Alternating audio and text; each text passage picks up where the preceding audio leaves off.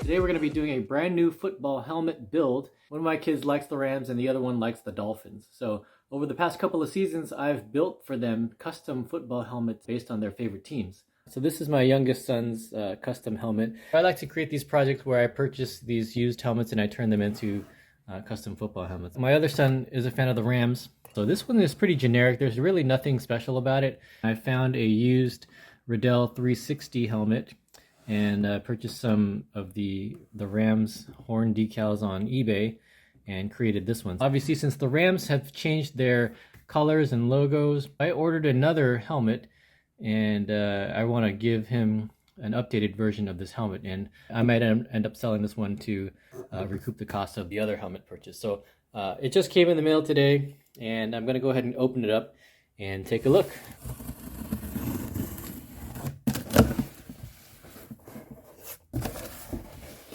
Alright, so it is a metallic blue medium Riddell Speed helmet with a Green Bay gold face mask. So I'm going to go ahead and take it out here and get a quick look at it real quick. And one of the things that really struck me about this first was that it was in the exact color scheme that I wanted. You know, that the Rams have some sort of metallic blue helmet and their face mask is blue, but I wanted to change the face mask to yellow. And the face mask here doesn't look to be in too bad condition, but overall there's a little bit of sticky substance here that I can get off with some Goo Gone.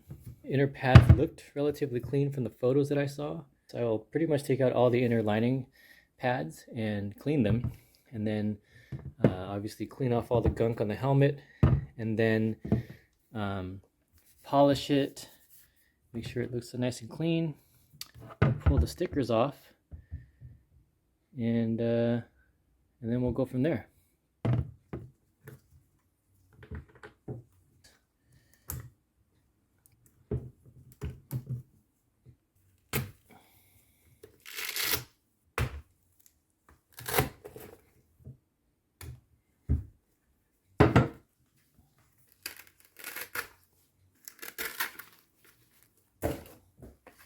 Interior pads look pretty decent. Don't look too bad. I'm using Goo Gone. This is going to remove all of the adhesive stuff on the helmet, so I'm going to go ahead and start with that. So I'm just going to work my way around the helmet and just kind of hit up all of these different areas where the adhesive is still there. But you can already see, you know, this half is already starting to go away, and I'm just going to work basically the whole helmet. There's a bunch of this sticky residue from the previous decal. Alright, after a very quick first pass, here's a look at one side of the helmet, and that Goo Gone has done a pretty decent job. Here's the other side untouched. Eventually I will have to remove these stickers on the back. There's a warning sticker. These three should come off pretty easily. This one here is a little bit of a bear. These stickers are not meant to come off. Heat gun or a hair dryer and you know, chipping away with your fingernails is probably the fastest way to do it. So I'm going to remove some more of this hardware just to get a smoother surface, because eventually I will polish this. And I was able to take off the stickers, and here's a look at the helmet. So there are a few chips here and there, but overall still in pretty good shape. The next thing I'm going to do is I'm going to take some of this Meguiar's Ultimate Compound, buff out some of the minor scrapes here, and then ultimately I'm going to finish it up with some Meguiar's Ultimate Polish. I finished buffing and polishing the helmet, and I've decided that I do want to send out the face mask for reconditioning. It doesn't look all that bad, but it could use a little bit of work. Anyway, so here's a quick look at the helmet. There are still some scuff marks on it, but I'm hoping that the horns will be able to cover a lot of the scuff marks here. Anyway, I got the stickers on the back already. I bought these off of eBay. There's one seller that has the horns that look pretty decently accurate. The horns also come with the warning sticker and the NFL Shield sticker. The warning gets cut off a little bit at the top, but I don't know, it doesn't bother me that much. The fact that it was included was a nice bonus, and the fact that it does appear in the yellow color, which I wanted, also is a nice bonus too. So these trim removal tools are pretty good for taking these stickers off. The warning label sticker is a pain in the you-know-what to get off, and in my previous video, it literally took me over 30 minutes of heat and scraping with your finger. If you get one of these plastic trim removal tools, you can easily use this to scrape away some of the stickers and adhesives, and it does a really good job, and it really saves your fingernails. So I highly recommend that. But the next thing I'm going to do is I'm going to add these horns, and I don't really want to cover too much of the vent holes just because I don't really like the look of stickers over vent holes. So I just want to make sure I get this right. But once I sort of line it up right, I will take some rubbing alcohol, clean off any oils, and then put it on there. So we'll go ahead and do that.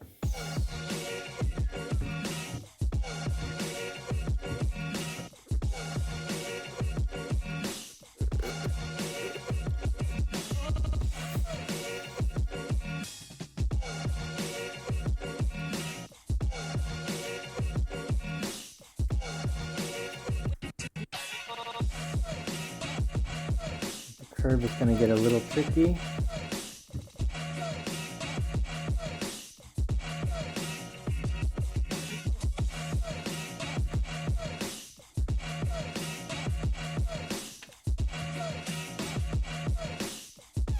Just want to make sure I get all the air out as I go along. I'm happy that it covers some of the imperfections on this helmet here in that section.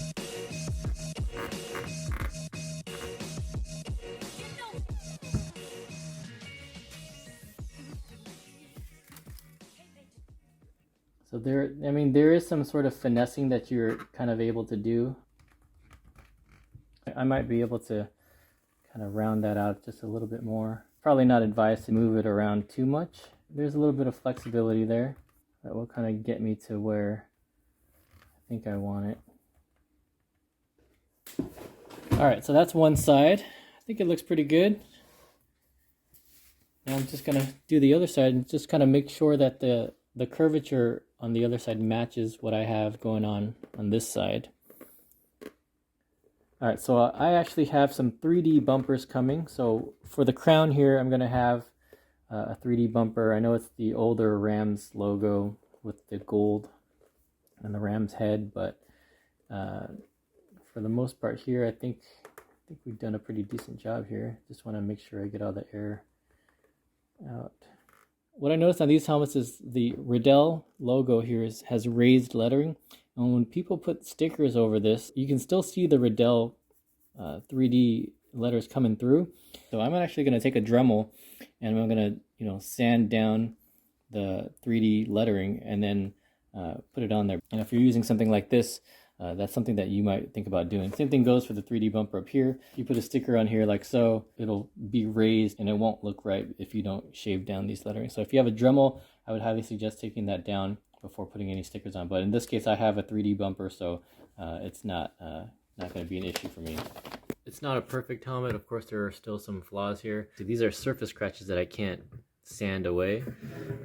But what I could do is I could probably hide them a little bit better by taking some blue marker and coloring it in, see if that's going to do the trick. Alright, so I'm now trying the Sharpie marker here. This little scrape used to look white, and it passes the eyeball test from afar, so it leaves a little bit of a different finish. If you can live with that, then it might be worth it to kind of take it to the helmet. I don't know if anyone else has any better ideas. There are a couple of marks at the top of the helmet that I do want to kind of hide, specifically this one right here, so I'm going to go ahead and do that. Here's one on the crown of the helmet. Give it some light dabs here. I'm going to go ahead and work on this white scuff here. I'm going to go ahead and dab it so that the white parts are a little bit more masked, and now I have a little bit of excess marker which kind of shows up. So basically I'm just going to take this microfiber cloth with the Windex,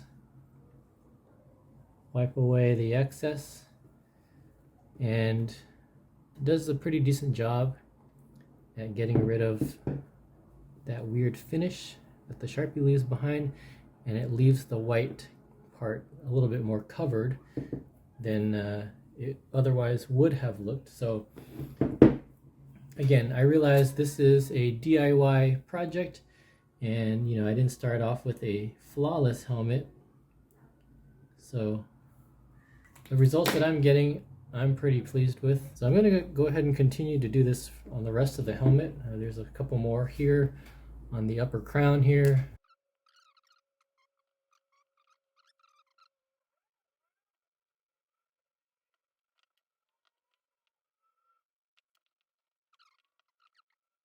Yeah, those marks right there that I just did, looks like it wasn't even there in the first place.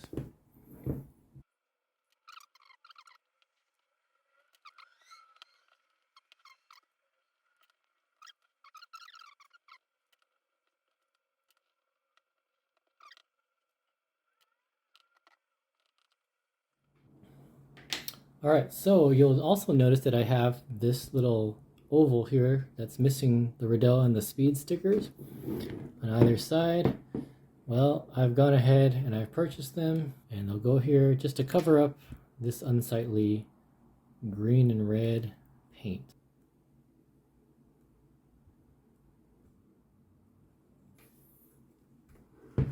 Alright, so there it is.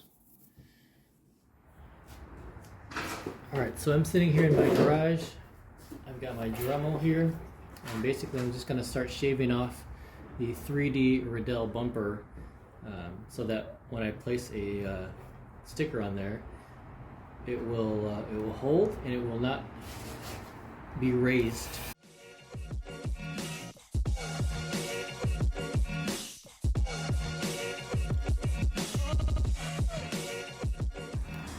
Alright, so I smoothed it out a little bit more, but basically all I wanted to do is get rid of that raised lettering. I will clean this up and make sure that I have a smooth surface in order to apply the 3D bumper. So my goal here is achieved. I know it doesn't look pretty, but once I get that 3D bumper on, it will mask all of this stuff. Now you'll see here that I have a Los Angeles 3D bumper, and it also came with an older Rams 3D bumper logo. These Rams bumpers are not that easy to find. I'm probably going to stick with this logo for now because it is 3D and it looks a little bit more special, I guess. And just taking a look at my previous build with the Dolphins, you can see that the logo here is a little bit low. I know that I want to go a little bit higher next time for this build specifically, because at the very bottom of this you'll see like some dirt marks here, and I really don't want to get this up on the 3D bumper. So what I want to do, I want to stick it on a little bit higher than I normally would so that it will avoid having this.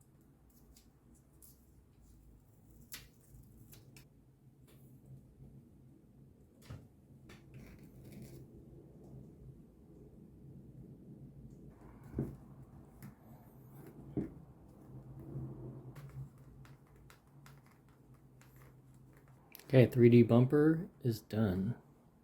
Alright, so I just received my reconditioned face mask back from Green Gridiron, and here's the box.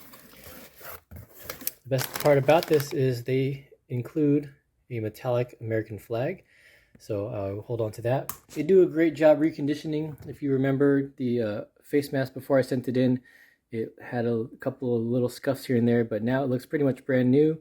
And when you send it in, what they do is they strip it of all of the coating, and then they recoat it so that it looks completely brand new. So here it is. You can see that there's a little hole here where the powder coating didn't quite penetrate. And there are holes here because these bars are hollow, and it makes it a little bit lighter, but they're also a little bit thicker. The yellow horns are a little bit brighter. This color here is officially called Green Bay Gold. All right, so here we have the white chin strap, and I think I've decided to go with white simply because I wasn't really feeling the way that the blue chin strap looked on the helmet. So I'm going to go ahead and install the chin strap now, but before I do that, I do want to show you the bumpers here. The current Rams helmets have the word Rams written across the crown bumper, and of course the back bumper here is the older Los Angeles 3D bumper. So this is more along the lines of what the Los Angeles looks like currently. I do like the 3D bumpers a lot better than having a sticker, so I opted to purchase this one, which also came with this Ram. But this helmet is for my son, and he really wants it to have the word Rams across the front.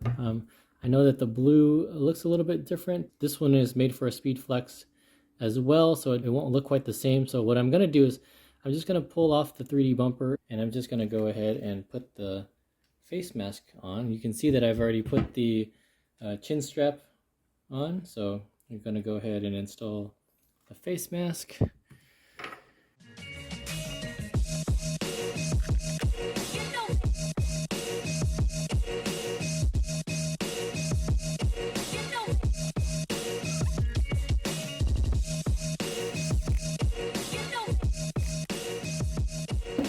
I will admit that the blue lettering does look pretty good with the color of the helmet. Anyway, so this is what I wanted to show you guys. These quick release pins. So there's a little trick to it that I really wasn't aware of at first, but it's really quite simple. The first time I tried to put these things on, I really was struggling and really trying to push really hard unnecessarily. But the trick is just to kind of get this pin in, and on the other side there's a receiver, like a base sort of looking thing, the receiver. So what you gotta do is get it in there, push the button in so that it stays recessed. So now that the button is recessed, see, it just popped back out, so I just want to make sure that it stays recessed. And then I have my little skateboard tool, and I'm just taking this one in and just kind of pushing it into the this end here, and it's the perfect fit really. And then just push it in, and once you hear it click, this now should stay put. So I'm going to do the same thing on the other side. You got a receiver on the other end of this. Want to make sure that we have a little depressed button. Get your little skateboard tool, stick that in there and push till you hear a click. There it is, and now your face mask is complete. So there we are. You don't really need to buy the Riddell tool, but if you have a little skateboard tool like this, should be good enough. All right, so there it is. So this is complete now. We got the white chin strap, Rams blue helmet, yellow face mask, which is exactly what I wanted. This is the look that I feel that the Ram should go with. I think the contrast looks a lot better than the blue on blue. I think it looks pretty cool. On the back, we've got, you know, the 3D bumper. Yeah, this is pretty cool. I mean, for a royal blue helmet, which isn't an exact match of the Rams helmet, I think it's a pretty cool build. And Rams, if you're seeing this, I definitely think you should go with a yellow face mask, and it just looks so much better like that. So let me know what you think in the comments down below about this build and the color combination that I've got going on here. This is it. So now that I've got this build complete, each of my sons has their own custom helmet now. So we've got the Dolphins one here. If you haven't seen the video on that one, check out the build right here. 2 custom helmets there. So yeah, let me know what you think, and I will catch you on the next video.